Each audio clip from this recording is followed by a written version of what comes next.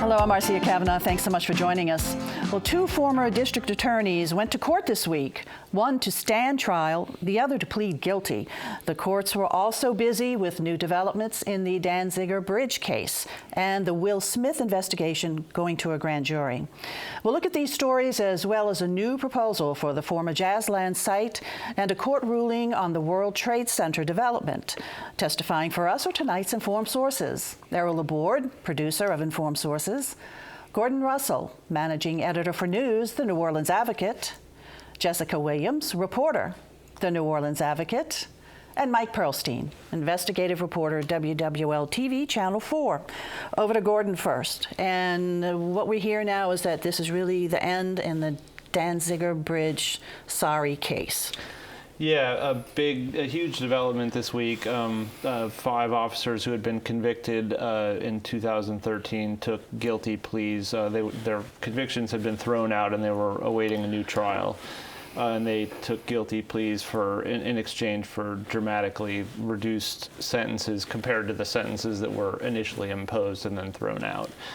I should mention there's still one kind of loose thread from this case. It's essentially over, but there's one officer, Gerard Duguay, who still technically faces a charge, and it's not clear how that's going to be resolved. And we should mention also, the Danziger Bridge cases, the post-Katrina case and police shootings of Correct. This was a case where officers responded to a call, thinking they were responding to a call of an officer down, an officer needing assistance in grave danger. They went out in a rented truck to the Danziger Bridge, which crosses the Industrial Canal, and they ended up opening fire on 2 groups of people who it turned out were unarmed, and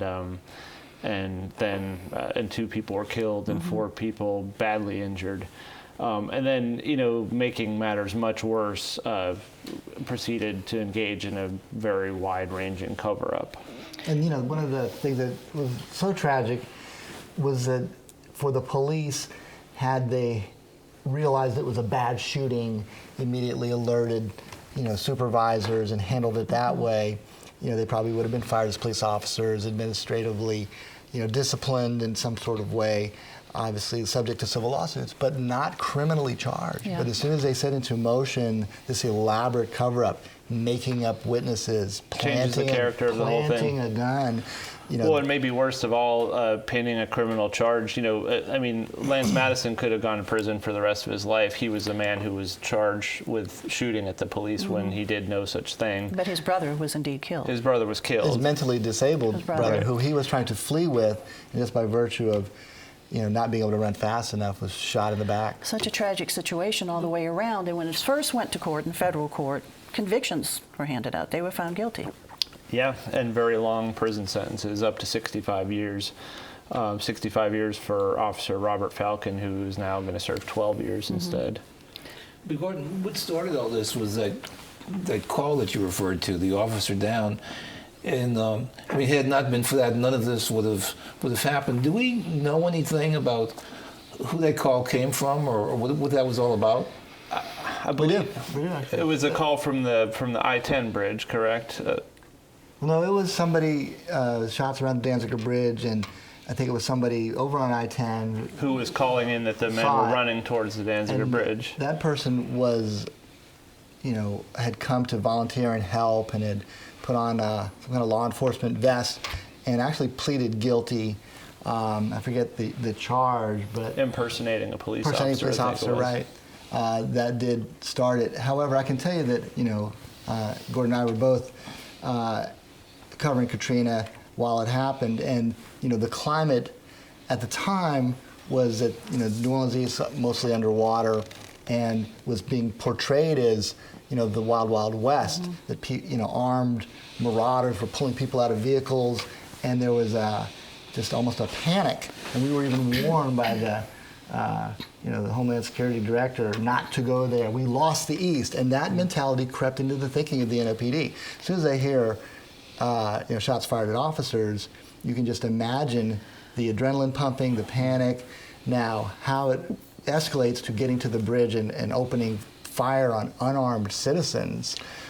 Well, I think another thing is a that question. we'll never know exactly what happened, but what sounded like happened. And all these guys are in the back of a truck with no windows, and the truck arrives at the scene. Somebody in the front cab of the truck starts firing warning shots at these civilians. Michael Hunter. Yeah, and the He guy got 5 years. The guy, I think he got 8 years, but the guys in the back thought that they were going into a firefight in part because they hear gunshots, and that was what they were thinking when they rolled out in the first place. So they just jumped out and started firing indiscriminately, which of course they shouldn't have done, but you can understand a little bit what they were thinking.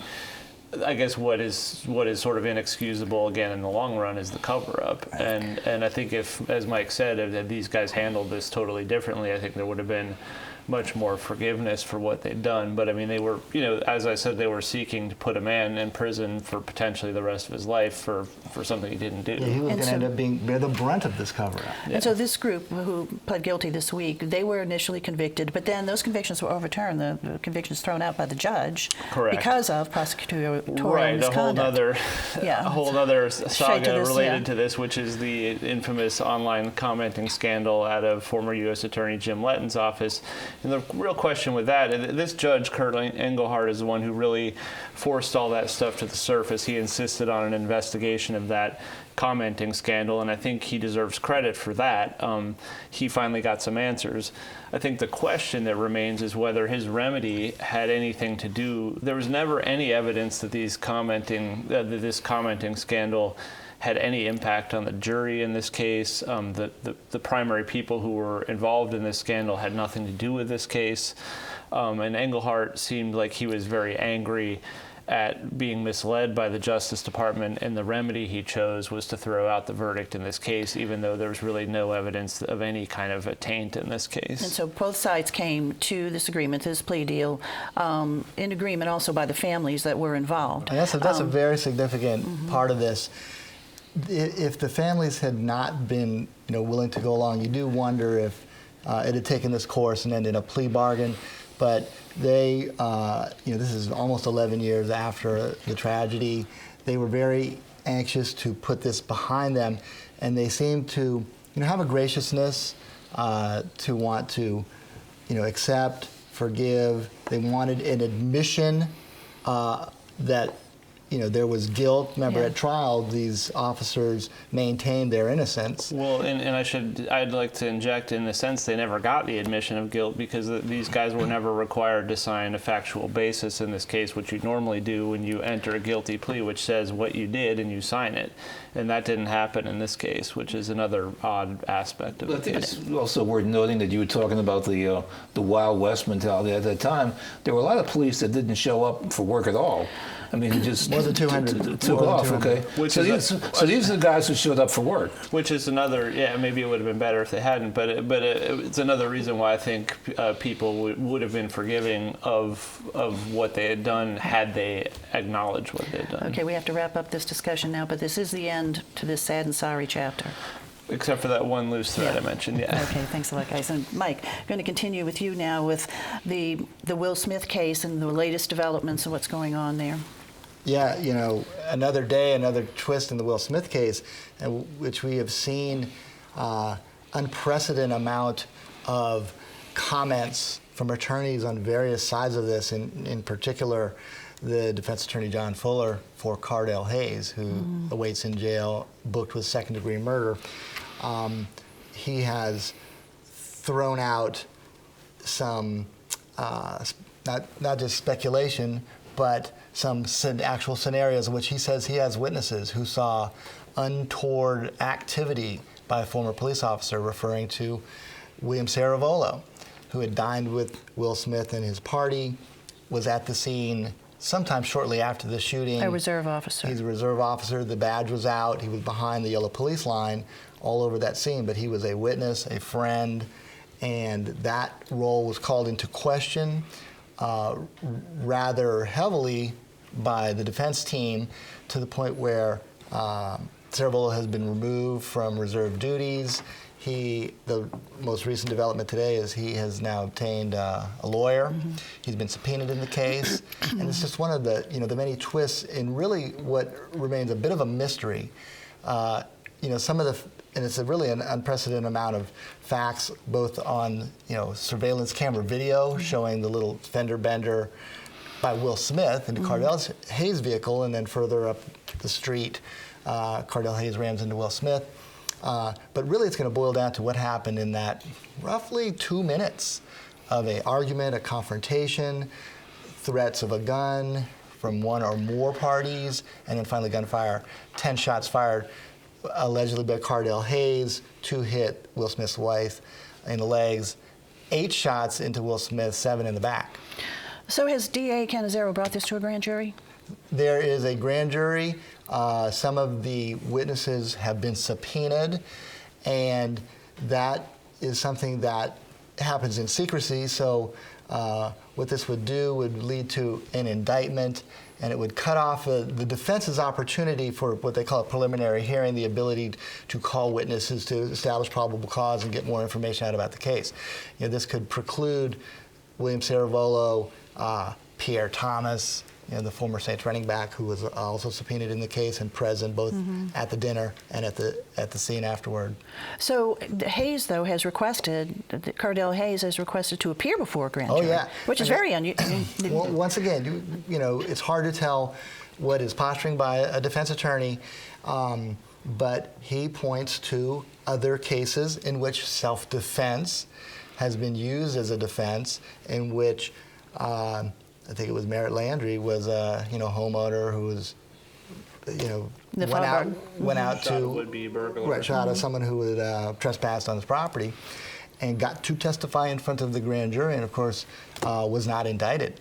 Now, not a very strong comparison between those two cases, but it is Fuller sending a message that he has a self-defense claim of some kind. Don't know if what would happen, if Cardell Hayes were allowed to testify before a grand jury. But what he's saying is he wants this district attorney and this grand jury to look at the whole scope of evidence on both sides, and not just, as has been stated many times, you could indict a ham sandwich. The prosecutors hold all the cards in a grand jury hearing. You can present a very limited number of witnesses that all point to enough for a probable cause for an indictment. But right now, April 28th for a preliminary hearing, that still stands. Yes, until there's an indictment, and then that still could happen now it would have to go to a judge to grant a preliminary hearing. Yeah, so okay. Very legally complex. There's been some very savvy lawyering on both sides. Okay, Mike, thanks a lot. Over to Jessica now. For a very long time now, really since Katrina, what was Jazzland and then Six Flags has just been nothing. vacant, Has been abandoned, no and deteriorating. Has been taken over by nature. Wild boars, snakes have gone out there, and there has been a city agency that's been tasked with the responsibility of managing that space, called the City Industrial Board. 15-member board, city appointed, and there's actually been a little bit of a spat between that board and the mayor's office over who is in charge of and who is responsible for maintaining it. I believe right now the board is spending $500 a day on security, keeping vagrants out, keeping people that want to, shoot pictures and films out of there, and it's really taxing that board, and they're looking for now to either get rid of the property entirely or have it be redeveloped. And they had a meeting in most recent weeks where they talked about different developers who had proposals. The two developers who came forward have all presented these proposals before. Much like they did the first time around, they didn't have firm letters of commitment from financial backers who would be willing to go out there. And this is an area, keep in mind, that's seen one failed development after another. We had the Jazzland, which, essentially went bankrupt in its first couple of years. We had Six Flags, which did the same. There were proposals for a Nickelodeon amusement park, a sports complex that never saw the light of day. So it's really just a troubled space, and the Industrial Development Board is hoping to really rid itself of it. And haven't the movie industry been using it a little bit too? They have been. They've been leasing it out, and that has helped the Industrial Development Board a little bit with the cost of maintaining it.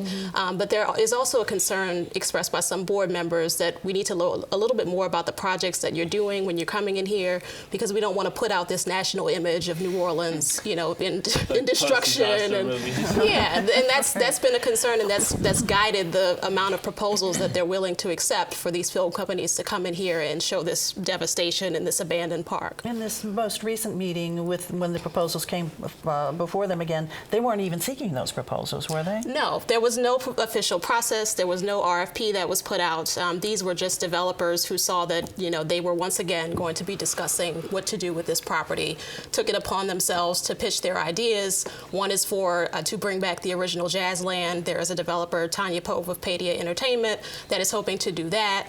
There is another that would create what's called a festival theme park, a theme park created entirely around the idea of Louisiana's festivals. And that's by Frank Skurlock of Spacewalk Sales, the family that does the bouncy houses around the area. And he's been trying for years to get that going, and the Industrial Development Board is just not having it. And somebody wants to buy the land too, right? That is Miss Pope. She wants to buy it. She's offered about $2.5 million for it. The board is not sure that that's enough. The New Orleans Assessor's Office has valued it, I think, at $54 million, but they're seeking a second opinion because they don't think it's worth that much. Because it's just deteriorating and falling apart. Does it come with the roller coasters and everything? It comes with the roller coaster, and that's funny. Another non-developer, so just a Carrollton resident who, you know, cares about the area and wants to see the city, you know, get the most out of it, actually suggesting breaking down some of those roller coasters for parts. So and I don't know if they're considering that seriously. The problem is, for anything that needs to draw a crowd to survive, that site is far away from where most people in the area live. Exactly. Any of us or anybody watching, it's probably a long ride. And you got the I-10 high-rise on one side, then you got the 6 Mile Bridge to Slidell on the other side. And so it's not an easy ride to get there. So. It's not an easy ride to get there, and then also I believe the reason why the proposed boardwalk in the mall that was proposed there a couple of years back faltered was because of the Riverwalk. I mean, New Orleans is just not really a big area to support all of this. So. Okay, Jessica, we'll be looking to see what happens over there. Okay, over to Gordon and Mike, and talking about DAs, local DAs, St. Tammany, well, former DA, St. Tammany, St. Charles Parish, right? One pled guilty to obstruction charges, the other's in trial right now. So let's talk about Morrell, former St. Charles Parish DA, who pled guilty to obstruction. You want to go with it Morrell, first? DA in St. Charles Parish for 30 plus years, and I know Gordon can back me up on this. It is not very often that you see somebody plead to obstruction of justice, fairly vanilla charge in federal court, at a very short and dry hearing, and then hear the U.S. attorney go on to call him a sexual predator who preyed on and abused more than 20 women over a period of 20 years, saying that Morrell preyed on targeted his victims carefully, choosing the most vulnerable women at their time of greatest need, and it just got worse for Morrell from there. I've never heard such a thing. It's one of the stranger cases I've ever seen in terms of what he pled to, and he's got a maximum penalty of 3 years, which I think he's likely to get, both because he was a longtime district attorney, and judges tend to not look kindly on district attorneys who commit crimes, but also just the behavior that's being ascribed to him, which isn't really in his guilty plea, but there's one paragraph in his guilty plea to obstruction of justice where he kind of concedes that he did, that he was guilty of some kind of trading sex favors. Sexual solicitation in some sort of way. So the but then they went much further in this press conference and basically portrayed him as a serial sexual predator, which Morrell's lawyer has objected to and said we didn't admit to any of that. So it's really a very strange set of facts. And what they spelled out at the press conference after the guilty plea were women who went seeking help of the DA Morrell for help with collecting child support payments, maybe a case of their own or a family member, only to have Morrell say, I can help you, but I want sex in exchange. So for those people that he exchanged those things with, if he is indeed convicted and all this goes through, do those people, are they still in jail? If they are, do they go back? I mean, how does that work? Well, that's the problem with one of the problems that they raised and why they wouldn't have prosecuted it as sex crimes. Some of those cases are very old. Some of the women, had criminal backgrounds, and weren't necessarily, cooperative with law enforcement in building a case. They did refer quite heavily to one woman who cooperated with the FBI for a couple of years and at times wore a wire, and that was the basis of obstruction of justice, which really boiled down to trying to get her to destroy, a card with some memory photos card on it. that Just showed that she and the DA had these meetings. Right. And it was clear that he had an inappropriate relationship with her. I mean, he made house calls to her house, which is pretty unusual But now, for a DA. right after this case got wrapped up, we finally got a hold of the 911 call that she made when he first, visited her at her apartment and made unwanted sexual advances. And it was a tearful and very panicked victim Calling 911 after this meeting. Alleging Yeah. a sexual assault. Okay, so sentencing, we're still awaiting sentencing on that. Right, and his maximum is 3 years, and it seems likely that he'll get that. Okay, real quick, Gordon, if you can touch on Walter Reed. Yeah, too. so Walter Reed, a longtime DA who was a contemporary of Harry Morrell, interesting that this is all happening at the same time, also a 3-decade district attorney, a very powerful district attorney on the North Shore, on trial this week. It's expected to be about a 2-week trial, so we're wrapping up week 1 here. And he's on trial essentially for two different things. One is for using his campaign money, allegedly using his campaign fund as personal money, and there's been a lot of testimony about all the dinners he had, all the non-political things he did with this campaign money. And then the second aspect of the case involves a contract he had to provide legal services to the hospital in St. Tammany Parish where he was getting paid personally, and the contention is that money was supposed to go to the district attorney's office. And also his son is involved in this as well. His son is a co-defendant, and his son was involved in some of the alleged misuse of the campaign money. Some of the money was routed to his son, allegedly in exchange for services, but the prosecutors say that this was mostly done so that his son could satisfy a loan that Walter Reed was a guarantor on, that the son owed a bunch of money. But Walter Reed is also saying that all of this was in the law for public campaign funds. And it's a little fuzzy what the rules are and what you can spend campaign money on, and he's saying all of this was kind of within the general boundaries of what's acceptable. Okay, so another week or so of this Yeah. job. All right, Gordon, thanks a lot. Over to Errol right now, and we're talking about different areas in the city that need to be revitalized in some sort of way. Armstrong Park is one of them. And this one has the population around it. I mean, it has the geographic proximity. It has just never had the draw that has made people want to go. I think every mayor, every contemporary mayor, has at some point in his administration had to look at Armstrong Park. And actually it started with the current mayor's father, Moon Landrieu, who was a champion of developing Armstrong Park. It was a very, very contentious battle that some people were very critical of it because it had been a residential area, kind of a blighted area, but still. But some people said, no, I mean, we shouldn't be tearing this down to build a park. It has never done quite what it was supposed to do. There have been different plans over the years, and I think part of it is there's just never been that kind of flow or reason for people to go. I mean, there have been concerts and that sort of thing, but it's not like a Central Park in New York where you have a huge population around the perimeter that you go, after hours. It just hasn't worked like that. And so there have been different plans. And a few years ago, when Mark Morial's administration, they tried to turn it over to the National Park Service, but that never really worked out too well. So anyway, what the city's doing, I know Jessica's been covering this, is asking for bids for somebody to come up with a new plan to try to do something with it. Jessica, you got any thoughts on it? Or? Yeah, so when Mark Morial originally set out to, this actually started when he was in the legislature, the idea of building a New Orleans jazz historical park. As you mentioned, the Park Service idea that never quite came to fruition. They could never get the funding that they needed to make that a reality. Flash forward to today, Mayor Mitch Landrieu has put out an RFP and is seeking residents' opinions on what they would like to see at the space, whether that be a tribute to jazz, whether that be a theater for performing arts. Obviously, we have the Mahalia Jackson Theater nearby, whether that be just rehabbing the 5 buildings that stand there that are mostly historic and turning them into jazz clubs or turning them into a tourist center or a visitor center. So he's now hoping to put that RFP out before the end of the year to coincide with New Orleans' 300-year anniversary. And you also have the auditorium on that site, which is not part of this proposal because it's eligible for FEMA funding. If those 2 buildings were active And if they were active every day and there were things going on, that might help that park. They could open and draw people into the park. But they're not active. I mean, the auditorium's been closed since Katrina.